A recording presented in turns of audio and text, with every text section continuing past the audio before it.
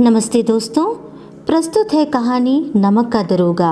लेखक मुंशी प्रेमचंद। मुख्य पात्रों में मुंशी वंशीधर, नमक विभाग के ईमानदार दरोगा, पंडित आलोपीदीन, दातागंज के प्रतिष्ठित जमींदार। तो दोस्तों चलिए सुनते हैं कहानी। जब नमक का नया विभाग बना और ईश्वर प्रदत्त वस्तु के व्यवहार का निषेध हो गया तो लोग चोरी छिपे इसका व्यापार करने लगे। अनेक प्रकार के छल प्रपंचों का सूत्रपात हुआ। कोई घूस से काम निकालता था, कोई चालाकी से। अधिकारियों के पौ 12 थे। पटवारीगिरी का सर्वसम्मानित पद छोड़ छोड़कर लोग इस विभाग की बरकंदाजी करते थे। इसके दरोगा पद के लिए तो वकीलों का भी जी ललचाता था। यह वह समय था जब अंग्रेजी शिक्षा और ईसाई मत को लोग एक ही वस्तु समझते थे। फारसी का प्राबल्य था।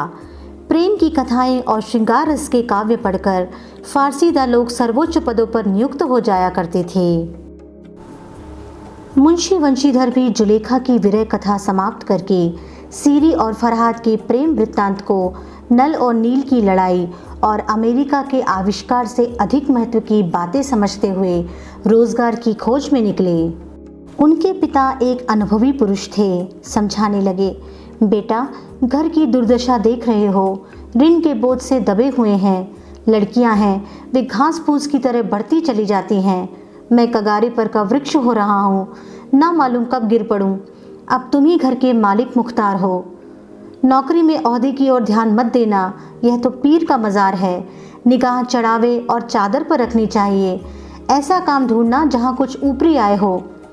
मासिक वेतन तो पूर्णमासी का चांद है जो एक दिन दिखाई देता है और घटते घटते लुप्त हो जाता है। ऊपरी आय बहता हुआ स्रोत है जिससे सदैव प्यास बुझती है। वेतन मनुष्य देता है, इसी से उसमें वृद्धि नहीं होती। ऊपरी आमदनी ईश्वर देता है, इसी से उसकी बरकत होती है। तुम स्वयं विद्वान हो, तुम्हें क्या समझाऊं।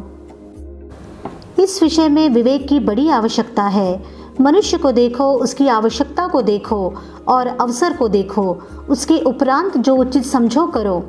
गरज वाले आदमी के साथ कठोरता करने में लाभ ही लाभ है, लेकिन बेगरज को दांव पर पाना जरा कठिन है।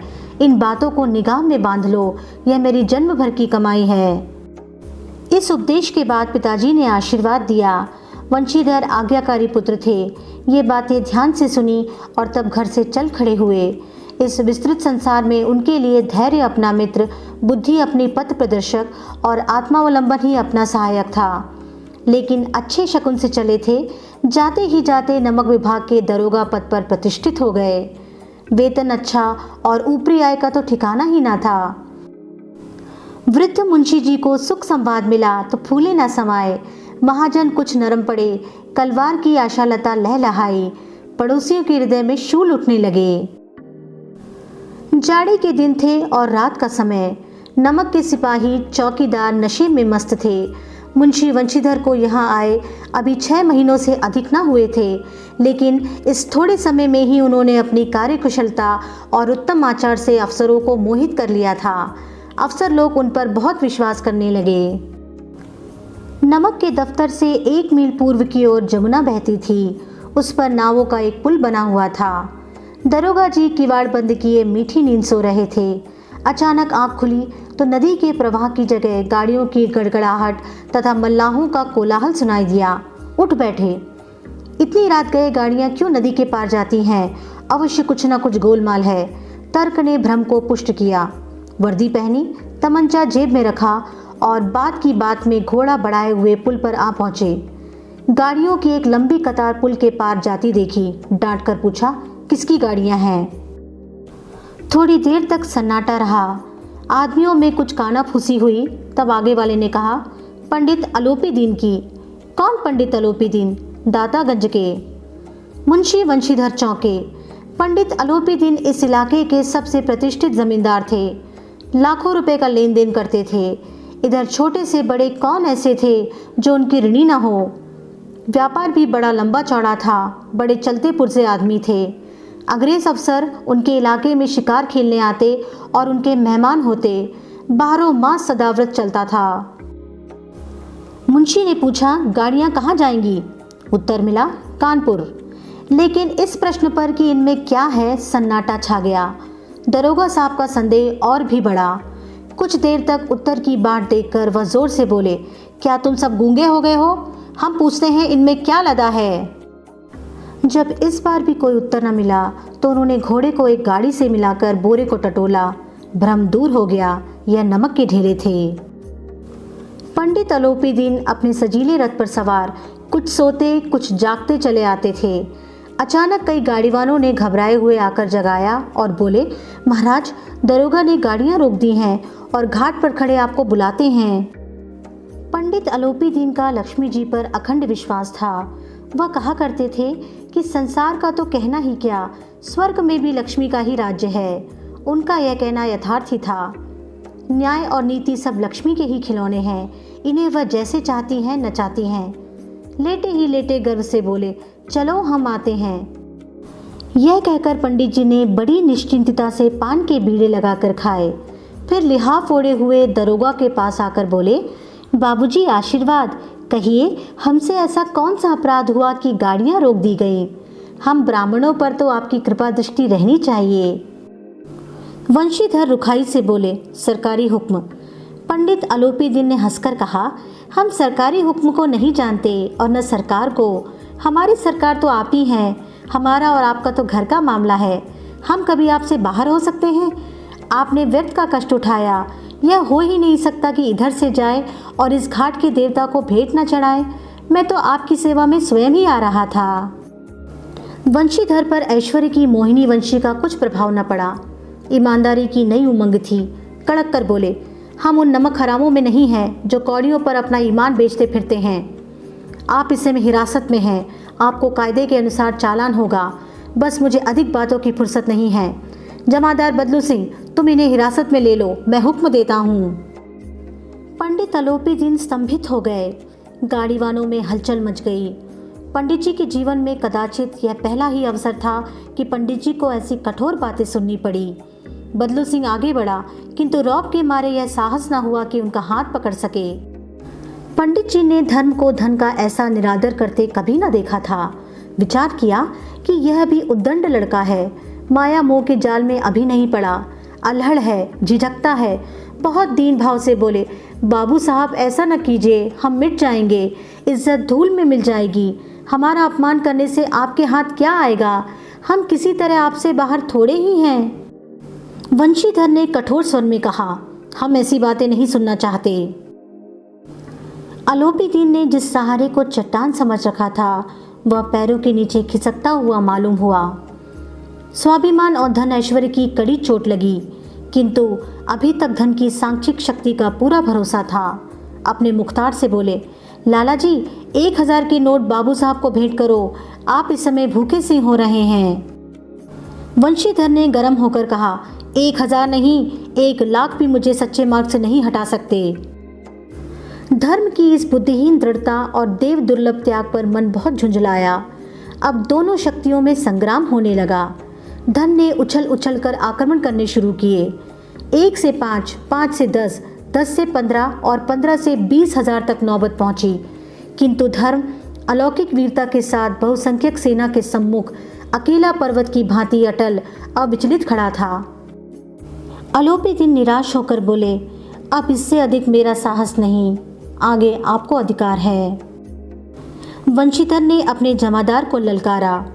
बदलू सिंह मन में दरोगा जी को गालियां देता हुआ पंडित अलोपी दीन की ओर बढ़ा। पंडित जी घबराकर 2-3 कदम पीछे हट गए। अत्यंत दीनता से बोले, बाबू साहब ईश्वर के लिए मुझ पर दया कीजिए, मैं 25,000 पर निपटारा करने को तैयार हूँ। असंभव बात है।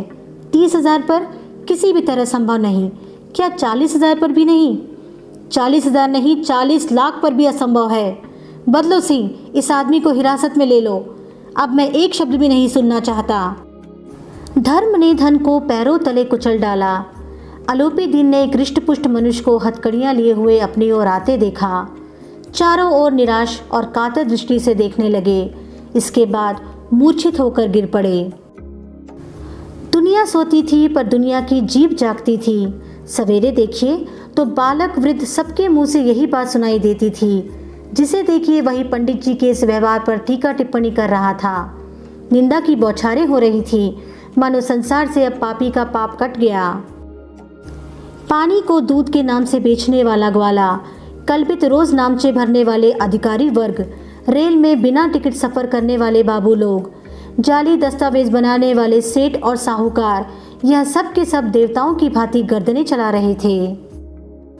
जब दूसरे दिन पंडित अलोपी दिन अभियुक्त होकर कांस्टेबलों के साथ हाथों में हथकड़ियां, हृदय में ग्लानि और क्षोभ भरे लज्जा से गर्दन झुकाए अदालत की तरफ चले तो सारे शहर में हलचल मच गई। मेलों में कदाचित आंखें इतनी व्यग्र न होती होंगी। भीड़ के मारे छत और दीवार में कोई भेद न रहा। किंतु अदालत में पहुंचने की देर थी। पंडित अलोपी दिन इस अगाध वन के सिंह थे। अधिकारी वर्ग उनके भक्त, अमले उनके सेवक, वकील मुख्तार उनके आज्ञा पालक और अर्दली, चपरासी तथा चौकीदार तो उनके बिना मोल के गुलाम थे। उन्हें देखते ही लोग चारों तरफ से दौड़े। सभी लोग विस्मित हो रहे थे, इसलिए नहीं कि आलोपी दिन ने यह कर्म किया, बल्कि इसलिए कि वह कानून के पंजे में कैसे आए। ऐसा मनुष्य जिसके पास असाध्य साधन करने वाला धन और अनन्य वाचालता हो, वह क्यों कानून के पंजे में आए?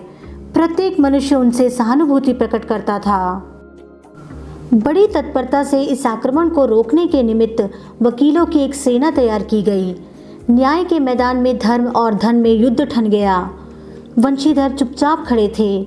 उनके पास सत्य के सिवा न कोई बल था, न स्पष्ट भाषण के अतिरिक्त कोई शस्त्र। गवाह थे किंतु लोभ से डांवाडोल। यहाँ तक कि मुंशी जी को न्याय भी अपनी ओर कुछ खिंचा हुआ दिख पड़ता था। वह न्याय का दरबार था, परंतु उसके कर्मचारियों पर पक्षपात का नशा छाया हुआ था। किंतु पक्षपात और न्याय का क्या मेल? जहाँ पक्षपात हो वहाँ न्याय की कल्पना नहीं की जा सकती। मुकदमा शीघ्र ही समाप्त हो गया। डिप्टी मजिस्ट्रेट ने अपनी तजवीज़ में लिखा, पंडित अलोपी दिन के विरुद्ध दिए गए प्रमाण निर्मूल और भ्रमात्मक हैं। वह एक बड़े भारी आदमी हैं। यह बात कल्पना के बाहर है कि उन्होंने थोड़े लाभ के लिए ऐसा दुस्साहस किया हो। यद्यपि नमक के दरोगा मुंशी वंशीधर का अधिक दोष नहीं है, लेकिन यह बड़े खेद की बात है कि उसकी उद्दंडता और विचारहीनता के कारण एक भले मानुस को कष्ट झेलना पड़ा। हम प्रसन्न हैं कि वह अपने काम में सजग और सचेत रहता है, किंतु नमक के मुकदमे की बड़ी हुई नमक से हलाली ने उसके विवेक और बुद्धि को भ्रष्ट कर दिया। भविष्य में उसे होशियार रहना चाहिए। वकीलों ने यह नमक का दरोगा सुना और उछल पड़े। पंडित अलोपी दिन मुस्कुराते हुए बाहर निकले। स्वजन बांधवों ने रुपए की लूट की। उदारता का सागर उमड़ पड़ा। उसकी लहरों ने अदालत की नींव तक हिला दी। जब वंशीधर बाहर निकले तो चारों ओर उनके ऊपर व्यंग्यबाणों की वर्षा होने लगी। चपरासियों ने झुक झुक कर सलाम किए, किंतु इस समय एक कटु वाक्य, एक एक संकेत उनकी गर्वाग्नि को प्रज्वलित कर रहा था। कदाचित इस मुकदमे में सफल होकर वह इस तरह अकड़ते हुए ना चलते। आज उन्हें संसार का एक खेदजनक विचित्र अनुभव हुआ। न्याय और विद्वता, लंबी चौड़ी उपाधियां, बड़ी बड़ी दाढ़ियां, ढीले चोगे एक भी सच्चे आदर का पात्र नहीं हैं। वंशीधर ने धन से बैर मोल लिया था। उसका मूल्य चुकाना अनिवार्य था। कठिनता से एक सप्ताह बीता होगा कि मुअत्तली का परवाना आ पहुंचा। कार्यपरायणता का दंड मिला। बेचारे भग्न हृदय शोक और खेद से व्यथित घर को चले। बूढ़े मुंशी जी तो पहले ही कुड़बुड़ा रहे थे कि चलते चलते इस लड़के को समझाया था, लेकिन इसने एक न सुनी। सब मनमानी करता है। हम तो कलवार और कसाई के तगादे सहें, बुढ़ापे में भगत बनकर बैठे और वहाँ बस वही सूखी तनख्वाह। हमने भी तो नौकरी की है और कोई ओहदेदार नहीं थे, लेकिन काम किया, दिल खोल कर किया, और आप ईमानदार बनने चले हैं। घर में चाहे अंधेरा हो, मस्जिद में अवश्य दिया जलाएंगे। खेद ऐसी समझ पर पढ़ना लिखना सब अकारत गया। इसके थोड़े ही दिनों बाद जब मुंशी वंशीधर इस दुरावस्था में घर पहुँचे और बूढ़े पिताजी ने समाचार सुना तो सिर पीट लिया। बोले, जी चाहता है कि तुम्हारा और अपना सिर फोड़ लूँ। बहुत देर तक पछता कर हाथ मलते रहे। क्रोध में कुछ कठोर बातें भी कहीं, और यदि वंशीधर वहाँ से टल न जाता तो अवश्य यह क्रोध विकट रूप धारण करता। वृद्ध माता को भी दुख हुआ। जगन्नाथ और रामेश्वर यात्रा की कामनाएं मिट्टी में मिल गईं। पत्नी ने कई दिनों तक सीधे मुंह बात तक नहीं की। इसी प्रकार एक सप्ताह बीत गया। सांत का समय था। बूढ़े मुंशी जी बैठे बैठे राम नाम की माला जप रहे थे। इसी समय उनके द्वार पर सजा हुआ रथ आकर रुका। हरे और गुलाबी पर्दे, पछिए बैलों की जोड़ी, उनकी गर्दन में नीले धागे, सींग पीतल से जड़े हुए। कई नौकर लाठियां कांधों पर रखे साथ थे। मुंशी जी अगवानी को दौड़े। देखा तो पंडित आलोपी दिन हैं। झुककर दंडवत की और लल्लो चप्पो की बातें करने लगे। हमारा भाग्य उदय हुआ जो आपके चरण इस द्वार पर आए। आप हमारे पूज्य देवता हैं। आपको कौन सा मुंह दिखाएं? मुंह में तो कालिख लगी हुई है, किंतु क्या करें, लड़का अभागा कपूत है। नहीं तो आपसे क्या मुंह छिपाना पड़ता। ईश्वर निसंतान रखे पर ऐसी संतान न दे। आलोपी दिन ने कहा, नहीं भाई साहब, ऐसा न कहिए। मुंशी जी ने चकित होकर कहा, ऐसी संतान को और क्या कहूँ। आलोपी दिन ने वात्सल्यपूर्ण स्वर में कहा, कुल तिलक और पुरखों की कीर्ति उज्जवल करने वाले संसार में ऐसे कितने धर्मपरायण मनुष्य हैं जो धर्म पर अपना सब कुछ अर्पण कर सकें। पंडित आलोपी दिन ने वंशीधर से कहा, दरोगा जी, इसे खुशामद न समझिए। खुशामद करने के लिए मुझे इतना कष्ट उठाने की ज़रूरत न थी। उस रात को आपने अपने अधिकार बल से अपनी हिरासत में लिया था, किंतु आज मैं स्वेच्छा से आपकी हिरासत में आया हूँ। मैंने हजारों रईस और अमीर देखे, हजारों उच्च पदाधिकारियों से काम पड़ा, किंतु परास्त किया तो आपने। मैंने सबको अपना और अपने धन का गुलाम बनाकर छोड़ दिया। मुझे आज्ञा दीजिए कि मैं आपसे कुछ विनय करूं। वंशीधर ने आलोपी दिन को आते देखा तो उठकर सत्कार किया, किंतु स्वाभिमान सहित। समझ गए कि यह महाजन मुझे लज्जित करने और जलाने आए हैं। क्षमा प्रार्थना की चेष्टा नहीं की, वरन उन्हें अपने पिता की यह ठकुर सुहाती की बात असह्य सी प्रतीत हुई। पर पंडित जी की बातें सुनी तो मन की मैल मिट गई। पंडित जी की ओर उड़ती हुई दृष्टि से देखा, सद्भाव झलक रहा था। गर्व ने अब लज्जा के सामने सिर झुका दिया। शर्माते हुए बोले, यह आपकी उदारता है जो ऐसा कहते हैं। मुझसे जो कुछ अविनय हुई है उसे क्षमा कीजिए। मैं धर्म की बेड़ी में जकड़ा हुआ था, नहीं तो वैसे मैं आपका दास हूँ। जो आज्ञा होगी वह मेरे सिर माथे पर। आलोपी दीन ने विनीत भाव से कहा, नदी तट पर आपने मेरी प्रार्थना नहीं स्वीकार की थी, किंतु आज स्वीकार करनी पड़ेगी। वंशीधर बोले, मैं किस योग्य हूँ, किंतु जो कुछ सेवा मुझसे हो सकती है उसमें त्रुटि ना होगी। आलोपी दीन ने एक स्टाम्प लगा हुआ पत्र निकाला और उसे वंशीधर के सामने रखकर बोले, इस पद को स्वीकार कीजिए और अपने हस्ताक्षर कर दीजिए। मैं ब्राह्मण हूँ, जब तक यह सवाल पूरा ना कीजिएगा द्वार से ना हटूंगा। मुंशी वंशीधर ने उस कागज को पढ़ा तो कृतज्ञता से आंखों में आंसू भर आए। पंडित आलोपी दीन ने उनको अपनी सारी जायदाद का स्थायी मैनेजर नियत किया था। 6000 वार्षिक वेतन के अतिरिक्त रोजाना खर्च अलग, सवारी के लिए घोड़ा, रहने को बंगला, नौकर चाकर मुफ्त। कंपित स्वर में बोले, पंडित जी, मुझ में इतनी सामर्थ्य नहीं है कि आपकी उदारता की प्रशंसा कर सकूं, किंतु ऐसे उच्च पद के योग्य नहीं हूं। आलोपी दिन हंसकर बोले, मुझे इस समय एक अयोग्य मनुष्य की ही जरूरत है। वंशीधर ने गंभीर भाव से कहा, यो मैं आपका दास हूँ। आप जैसे कीर्तिवान सज्जन पुरुष की सेवा करना मेरे लिए सौभाग्य की बात है, किंतु मुझ में न विद्या है, न बुद्धि, न वह स्वभाव जो इन त्रुटियों की पूर्ति कर देता है। ऐसे महान कार्य के लिए एक बड़े मर्मज्ञ अनुभवी मनुष्य की जरूरत है। आलोपी दीन ने कलमदान से कलम निकाली और उसे वंशीधर के हाथ में देकर बोले, न मुझे विद्वत्ता की चाह है, न अनुभव की, न मर्मज्ञता की, न कार्यकुशलता की। इन गुणों के महत्व को खूब पा चुका हूँ। अब सौभाग्य और सुअवसर ने मुझे वह मोती दे दिया जिसके सामने योग्यता और विद्वत्ता की चमक फीकी पड़ जाती है।